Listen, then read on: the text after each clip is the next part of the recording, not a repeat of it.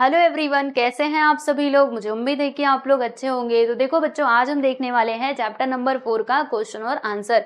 तो चलिए फिर इस वीडियो को हम स्टार्ट करते हैं। तो ये रहा आपका फर्स्ट क्वेश्चन। इसमें क्या दिया है कि रिवराइट द करेक्ट स्टेटमेंट। पहला स्टेटमेंट है आपका कि जो टेम्परेचर रेंज होता है वो हेल्प करता है। किस में हेल्प करता है? तो it help the wind in its work. तो क्या ये बात सही है? जी बिल्कुल, ये बात यहाँ पर राइट हो जाएगी। तो इसीलिए इसमें हम क्या लिखेंगे? राइट लिखेंगे। फिर नेक्स्ट है, ये देखो यहाँ पर क्या बोला गया है कि रिवर्स वर्क। जैसे हम लोगों ने ये जब चैप्टर पढ़ा था तो हमने हर एक एजेंट का वर्क देखा था। जैसे रिवर का देखा था, फिर विंड का देखा था, ग्लेशियर्स का, और इसके अलावा जो हमारे सी वेव्स होते हैं इनके भी हमने काम देखे थे, कैसे इनकी वजह से इरोजन होता है, ठीक है, ट्रांसपोर्टेशन और डिपोजिशन होता है, ये सब कुछ हमने पढ़ा था। तो अगर आपको वो चीजें समझ में आई है ना, फटाक से इसका आंसर निकाल लोगे। देखो इसमें क्या लिखा है कि river works is more prominent than other agents of erosion in desert region. यहाँ पर बोला है कि ये जो रिवर का वर्क होता है ना वो ज्यादा प्रोमिनेंट होता है दूसरे एजेंट की अपेक्षा। कहाँ पर? डिजर्ट रीजन में। तो क्या ये बात सही है? बच्चों ये बात सरासर गलत है। डेजर्ट रीजन में सबसे ज्यादा प्रोमिनेंट जानते हो कौन सा एजेंट होता है? तो वो है हमारा विंड, ठीक है। तो इसीलिए ये वाला स्टेटमेंट रॉन्ग हो जाएगा, गलत हो जाएगा। This statement is wrong. Correct statement ये बनेगा कि work of wind is more prominent in desert region than other agents of erosion. Next है कि the work of ground water is effective in the area with soft rock. बिल्कुल सही बात है। मतलब जो सॉफ्ट रॉक्स वाले एरियाज होते हैं वहां पर ये जो ग्राउंड वाटर है ना, इसका वर्क ज्यादा इफेक्टिव होता है। सही बात है। फिर the work of wind is not limited like river, glaciers और the sea waves and takes place everywhere. तो ये बात भी सही है। जैसे रिवर हो गया, ग्लेशियर्स हो गए, है ना, या फिर सी वेव्स हो गए, तो इनका जो ये है ना प्यारे बच्चों, इनका जो वर्क है ना वो कैसा होता है? वो मतलब लिमिटेड एरिया में होता है, ठीक है। जैसे नदी बह रही है तो नदी जहां जहां से बहेगी वहीं पे इरोजन का अपना काम करेगी। बट अगर मैं विंड की बात करूं तो बच्चों ये हर जगह होता है ना, हर जगह हवा बहती है। तो इसीलिए ये वाला स्टेटमेंट सही होगा। नेक्स्ट है कि correct and rewrite the incorrect statement. यानी आपको करेक्ट करना है और फिर यहाँ पे इनकरेक्ट स्टेटमेंट को सही करके बताना है, ठीक है भाई। चलो देख लेते हैं। तो क्या दिया है? The ice on the lateral side of the glaciers move faster than the ice at the base. तो क्या ये बात सही है? इसमें बोला कि जो लेटरल साइड का जो ग्लेशियर होता है ना, लेटरल साइड का, ठीक है, वो ज्यादा तेजी से मूव करता है as compare to the glaciers in the base. तो क्या ये बात सही है? तो मतलब जो आइस है बेस में वो धीरे धीरे और ये तेज तेज मूव करता है क्या? तो ये बात यहाँ पे गलत साबित हो जाएगी। तो करेक्ट आंसर क्या होगा कि the ice on the base of the glacier move faster. यानी जो बेस ग्लेशियर के बेस में रहता है वो ज्यादा तेजी से मूव करता है, ठीक है, as compare to the ice on the lateral side, ठीक है। नेक्स्ट है इसमें कि the depositional work by rivers happens because of gentle slope, reduce speed and transported sediments. मतलब क्या हुआ इसका? देखिएगा, जो डिपोजिशनल होता है यानी जो डिपोजिशन हो रहा है नदी के द्वारा, तो वो कैसे कैसे होता है बच्चों? तो वही जो नदी का जेंटल स्लोप होता है, फिर नदी की स्पीड और उसके द्वारा जो ट्रांसपोर्टेड सेडिमेंट्स होते हैं उनके द्वारा ही तो ये डिपोजिशन का काम होता है ना। तो ये बात यहाँ पे सही हो जाएगी, ठीक है। फिर river flows at a faster speed than glacier, है ना, ये भी कोई पूछने की बात है। तो रिवर की स्पीड तो ज्यादा रहेगी क्योंकि उसमें पूरा पानी भरा है, सब कुछ लिक्विड है, लेकिन ग्लेशियर में बर्फ रहता है ना, तो बर्फ को लेकर के वो धीरे धीरे बहता है। तो बिल्कुल सही बात है, राइट। फिर the speed of the glacier is more on both the banks than in the middle. मतलब जो ग्लेशियर का ये होता है स्पीड होता है वो दोनों मतलब बोथ द बैंक्स पे, दोनों बैंक्स पे क्या होता है प्यारे बच्चों? वो एक minute, the speed of the glacier is मोर मतलब ज्यादा होता है, राइट। एंड किससे कंपेयर कर रहे हैं इसका? मिडिल से। तो क्या ये बात सही है? तो बच्चों बिल्कुल राइट है। चलिए भाई आगे चलते हैं। अब नेक्स्ट हम बात करेंगे आइडेंटिफाई द रॉन्ग पेयर। जो यहाँ पे रॉन्ग पेयर रहेगा उसे आपको आइडेंटिफाई करना है। तो देखो इसमें क्या दिया है? Deposition V shape valley. मतलब देखो डिपोजिशन की वजह से वी शेप की वैली का निर्माण होता है। इज दिस राइट और wrong? So this is wrong. Deposition देखिएगा, जब इरोजन होता है ना प्यारे बच्चों, तब जाके वी शेप की वैली का निर्माण होता है। क्योंकि अब मान लो यहाँ पे पहाड़ पर्वत इस प्रकार से अब नदी बहते बहते आ रही है, इसको जब इरोजन करेगी ना, यहाँ से जब इसको काट करके निकाल देगी तब जाके ऐसा वी शेप की वैली बन पाएगी, ठीक है। फिर नेक्स्ट है कि ट्रांसपोर्ट रिपल मार्क। मतलब जब ट्रांसपोर्ट हो रहा है तो उसके कारण ये रिपल मार्क्स जो है वो डेवलप होते हैं। इज दिस राइट और wrong? So this is right. आप बोलेंगे कैसे राइट? सुनो, जब हवा बह रही है ना, तो हवा के साथ वो जो मान लीजिए जो डेजर्ट वाले एरिया से वहां पे हवा बहते जा रही है, तो जो बालू वगैरह रहेंगे सबको अपने साथ उड़ाकर लेकर के जाएगी, जिसके कारण ये रिपल जैसे मार्ग जो है वो निर्मित हो जाएंगे। तो ये ट्रांसपोर्ट की वजह से ही तो ऐसा हो रहा है ना। फिर इरोजन मशरूम रॉक्स, ये जो मशरूम रॉक्स हैं वो कैसे फॉर्म होते हैं, ट्रांसपोर्टेशन के थ्रू या फिर डिपोजिशन के थ्रू या फिर इरोजन के थ्रू। तो प्यारे बच्चों, जब इरोजन होता है तब जाके ये मशरूम रॉक्स मतलब फॉर्म होते हैं, क्योंकि ये पूरा रॉक है। अब हवा बह रही है, हवा में कंकड़ पत्थर सब है, तो इससे आके लड़ेंगे, इसको यहाँ से ऐसे ऐसे लेकर के जाएंगे और ये कुछ समय बाद ना ऐसे बन जाएगा, ये पूरा इसका ये वाला जो हिस्सा है ये निकल करके आगे उड़ जाएगा। ठीक है, चलिए, तो इस प्रकार से मशरूम रॉक जो है वो फॉर्म होते हैं, मतलब वो मशरूम के जैसा दिखाई देते हैं। Identify and name the landforms in the following diagrams, मतलब यहाँ पर जो डायग्राम्स दिए गए हैं उन्हें आपको देखना है और फिर बताना है इनका नाम। आइए, ये कौन सा है बताइए, किसका डायग्राम है ये? ध्यान से देखो, अच्छे से गौर से देखो, क्या बन रहा है? वी, यानी कि ये है हमारा वी शेप की वैली, घाटी।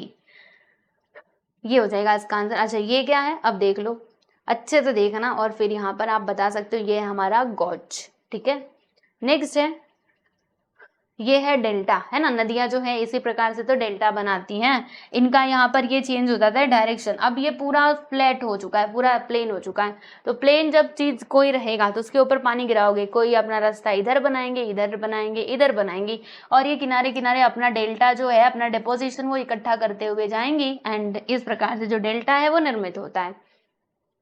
नेक्स्ट है कि complete the following table by classifying the landforms according to their agents of erosion. तो डायरेक्टली मैंने इसका आंसर लिखा है, पढ़ लीजिएगा एक बार। देखिए, रिवर्स, तो रिवर्स से मतलब रिवर में क्या क्या आएगा, वाटरफॉल आएगा, डेल्टा आएगा और यहाँ पे पोटहोल आ जाएगा।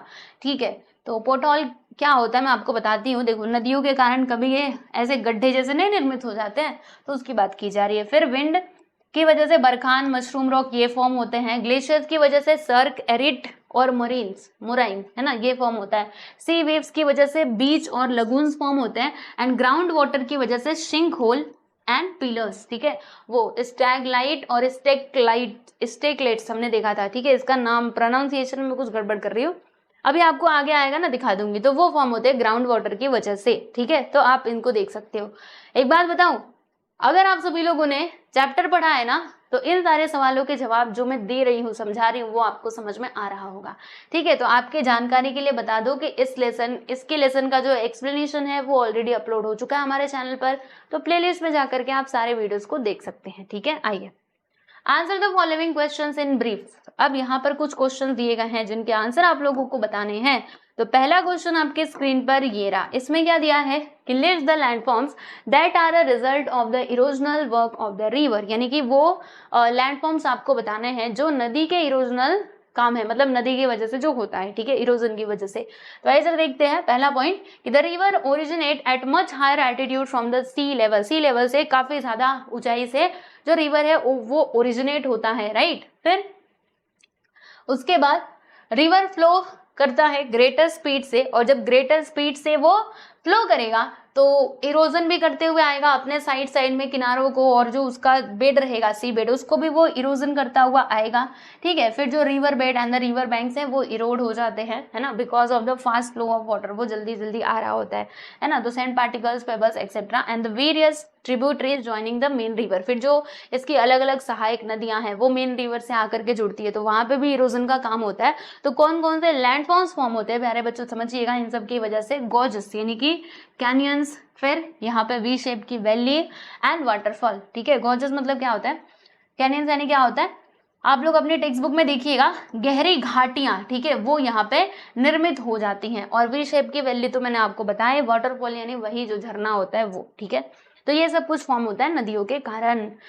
नेक्स्ट है कि which agent is responsible for formation of, हाँ ये देखो, यही मैं आपको बता रही थी, stalactite, stalactites and stalagmites and where are they form, यानी कि मतलब कौन सा एजेंट रिस्पॉन्सिबल है for the formation of stalactites and stalagmites. ठीक है, तो इन दोनों के लिए कौन सा एजेंट है जो रिस्पॉन्सिबल है, तो कौन रिस्पॉन्सिबल है भाई, ग्राउंड वाटर की वजह से स्टेलैक्टाइट्स एंड स्टेलैग्माइट जो है वो फॉर्म होते हैं। ठीक है दोस्तों, तो देखिएगा मतलब ऐसे करके ऊपर छत से चिपकी हुई कुछ ऐसा पिलर टाइप का, और ये नीचे भी यहाँ पे फॉर्म हो जाएगा, तो वो है स्टेलेक्टाइट्स एंड स्टेलेगमाइट्स। ठीक है, नेक्स्ट इसका आंसर देख लेते हैं कि the work of ground water is responsible for the formation of stalactites and stalagmites. Okay, next दूसरा पॉइंट है कि in the areas of limestone, मतलब जो लाइमस्टोन का एरिया है, ठीक है, तो जो अल्कलाइन वाटर होता है जिसके अंदर नमक होता है, वो इसके थ्रू जब ये फॉर्म होता है, मतलब जब ये बहते हुए जाता है, right, roof of the limestone, when this water evaporates, mineral deposited at the bottom and at the top of the limestone caves. ठीक है, this leads to the formation of this stalactites and stalagmites. ठीक है, चलिए आगे चलते हैं। Next है इसमें कि list the landforms that are produced by the depositional work of the sea waves, यानी सी वेव्स के डिपोजिशनल, याद रखना यहाँ पे इरोजनल नहीं बोला है, डिपोजिशनल वर्क की वजह से कौन कौन से लैंडफॉर्म जो है वो फॉर्म होते हैं। तो अगर मैं आप लोगों को बताऊं, पहले इसका जरा सा एक्सप्लेनेशन देख लेंगे, फिर उसके बाद मैं आपको बताती हूँ कि कौन कौन से लैंडफॉर्म जो है वो फॉर्म होते हैं। तो पहला पॉइंट कि the eroded materials accumulate at the sea bed, यानी होता क्या है कि सी बेड में जो भी इरोडेड मटेरियल्स रहते हैं, क्योंकि सबसे पहले तो वो इरोजन का काम करता है ना सी वेव्स, तो जो इरोडेड मटेरियल्स रहते हैं वो वहां पे जमा हो जाते हैं, फिर टाइड्स की वजह से वो मूव करने लगते हैं, किनारों पर आने लगते हैं ना, दूर जाते हैं, आते हैं, फिर दे बिकम फाइन, फिर वो और छोटे छोटे बन जाते हैं क्योंकि आकर के वो लड़ रहे हैं एट्रिशन एंड हीटिंग की वजह से।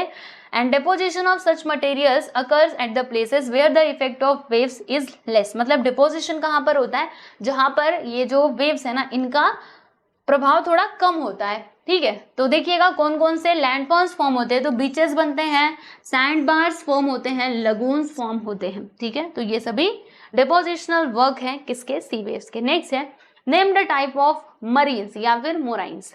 तो मोराइंस के कितने टाइप है प्यारे बच्चों, टोटल 4 टाइप के होते हैं हमारे मोराइंस। कौन कौन से होते हैं, ग्राउंड एक तो होता है, लेटरल होता है, फिर जो साइड में होता था उसको हम क्या कहते थे, आइए मैं आपको एक एक यहाँ पे बताती हूँ। एक तो मीडियल होता है ना, आइए जरा देखते हैं।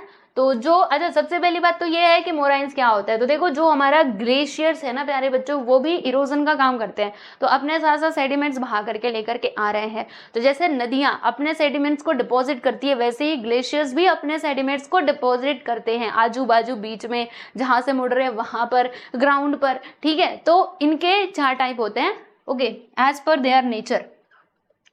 तो the glaciers carry sediments with them, this sediments are called moraines. ठीक है, and depending on the location of the deposit, देखा आपने, मतलब उनका लोकेशन क्या है डिपॉजिट का, इसके ऊपर मतलब इसके बेस पे इसको डिवाइड किया गया है 4 टाइप में। एक तो ग्राउंड मोरिन होता है, दूसरा लेटरल होता है, तीसरा मीडियल होता है, चौथा होता है हमारा टर्मिनल मोरिन। ठीक है, तो पहले की हम बात करेंगे विच इज ग्राउंड मोरिन। तो ग्राउंड मोरिन क्या होता है प्यारे बच्चों, ग्राउंड मोराइन या फिर मरीन्स। ठीक है, आप इसको प्रोनाउंस ऐसे कर सकते हो।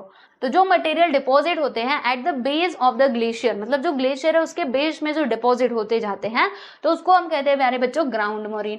ठीक है, फिर the material deposited along the banks of the glacier is called lateral moraine, मतलब जो ऐसे साइड में जो उसके किनारों पे इकट्ठा होते जाते हैं उनको हम lateral moraine कहते हैं। और जो सेंट्रल पार्ट में जमा होते हैं, जैसे इधर से देखो ग्लेशियर जा रहा है, इधर से जा रहा है भैया, इधर से जा रहा है, ठीक है, तो ये जो बीच में यहाँ पे डिपोजिशन होगा ना प्यारे बच्चों, तो उसको हम क्या कहते हैं, मीडियल कहते हैं। क्या कहते हैं, मीडियल मोरिन, राइट। देखिए medial मोरिन, it is formed out of the side moraine of the inner banks of the 2 glaciers, right। next है कि at the end, अब जब खत्म होता है ये, तो जहां से ये ऐसे मुड़ रहा है, ठीक है, जहां से ये मुड़ता है, देखो ये हमारा मीडियल हो जाएगा, ये हमारे किनारे वाले हो जाएंगे लेटरल। ठीक है, तो ये हमारा टर्मिनल, यानी जहां से ये जो ऐसा मुड़ाव रहेगा, राइट, तो वहां पर जब ये डिपॉजिट होगा तो उसको हम कहते हैं प्यारे बच्चों, क्या कहते हैं उसको, हम टर्मिनल मोरिन कहते हैं। ठीक है, देख लीजिए ये है इसका आंसर, राइट। क्वेश्चन नंबर 4 यहाँ पे कंप्लीट होता है। नेक्स्ट, बस इतना ही था, यस एवरीवन। तो यहाँ पर ये होता है समाप्त, आप लोग देख सकते हो। यहाँ पर हमने ये जो चैप्टर नंबर 4 था इसके क्वेश्चन आंसर्स कंप्लीट कर लिए हैं। आई होप कि आप लोगों को सारे क्वेश्चन के एक्सप्लेनेशन समझ में आए होंगे। फिर भी कहीं से कुछ भी डाउट है तो आप सभी लोग कमेंट सेक्शन में कमेंट करके पूछ सकते हैं, ठीक है। चलिए बच्चों, और बताऊं, इसकी PDF चाहिए तो वो आपको टेलीग्राम में मिल जाएगा या फिर हमारे ऐप में भी मिल जाएगा, ठीक है दोस्तों। तो आज के लिए बस इतना ही, मिलेंगे नेक्स्ट वीडियो में। सब लोग अपना ध्यान रखिए। ओके, चलो बाय एवरीवन।